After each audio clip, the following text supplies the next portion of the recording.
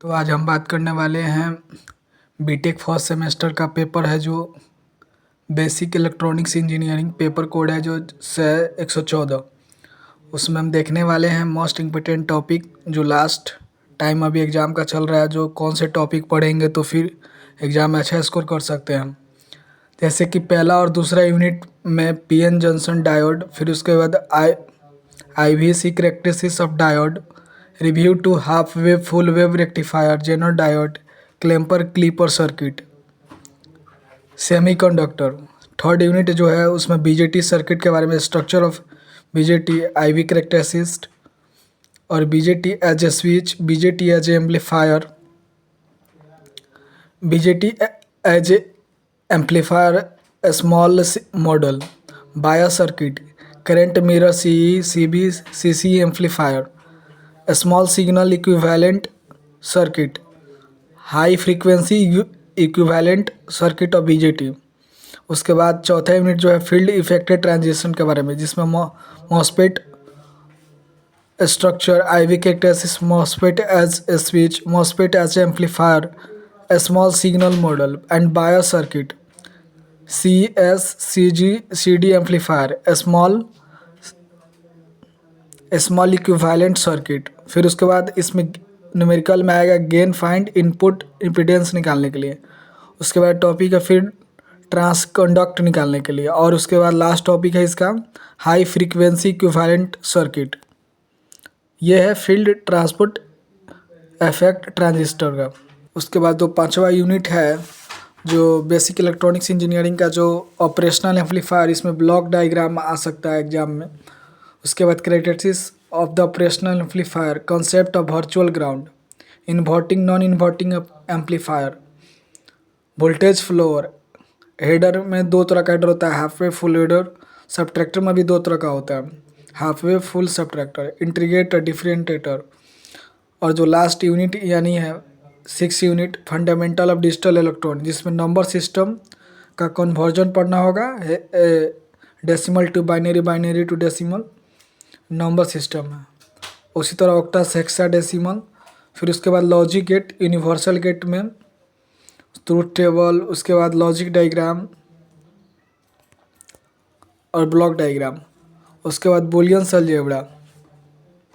फिर उसके बाद De Morgan theorem, simplify and realisation of Boolean expression using gate and and gate. तो इस तरह से ये बेसिक इलेक्ट्रॉनिक्स इंजीनियरिंग का सिलेबस है, जो BU के द्वारा नया जो सिलेबस पे आधारित जो एग्ज़ाम होने वाला है वो फरवरी के महीना में। तो इसी टाइप से, इसी टॉपिक से क्वेश्चन पूछा जा सकता है। और इस तरह से unit by unit most important topic निकाला गया है। इसमें न्यूमेरिकल भी आएगा और कुछ थ्योरी पोर्शन, यानी 50% न्यूमेरिकल अगर होता है तो 50% थ्योरी होगा, लेकिन ज़्यादातर थ्योरेटिकली क्वेश्चन आएगा और कुछ सर्किट आएगा जो न्यूमेरिकल में सॉल्व करना होगा, उसको सॉल्यूशन करना होगा स्टेप बाय स्टेप प्रोसेस, क्योंकि स्टेप मार्किंग होता है। और ये जो पेपर है उसको और अच्छा से बेहतर तरीके से सॉल्यूशन देना होगा, कटिंग कम करना होगा और फ्रेश हैंड राइटिंग मेंटेन करना होगा, और डायग्राम पेंसिल का यूज करके ब्लॉक डायग्राम, और उसके बाद आप एक्सप्लेन कर सकते हैं। उसके अलावा जैसे कि पहला और दूसरा यूनिट काफ़ी आसान है, और तीसरा उसके बाद आप पाँचवा यूनिट भी पढ़ सकते हैं, जो आसान, जो आपको लगे, जो समझ में आए। और जैसे कि फरवरी महीना में एग्ज़ाम चालू होने वाला है, तो अभी से लगभग 1 महीना का समय है, तो यहाँ से आप पूरी तरह से पढ़ सकते हैं। उसके बाद ये टॉपिक से आप क्वेश्चन भी सॉल्व कर सकते हैं, इन टॉपिकों से जो न्यूमेरिकल आने का चांस है, न्यूमेरिकल प्रॉब्लम। उसके बाद ज़्यादातर क्वेश्चन आपको थ्योरेटिकली और कंसेप्चुअली बेस्ड क्वेश्चन आएगा और बेसिक टाइप से क्वेश्चन आएगा।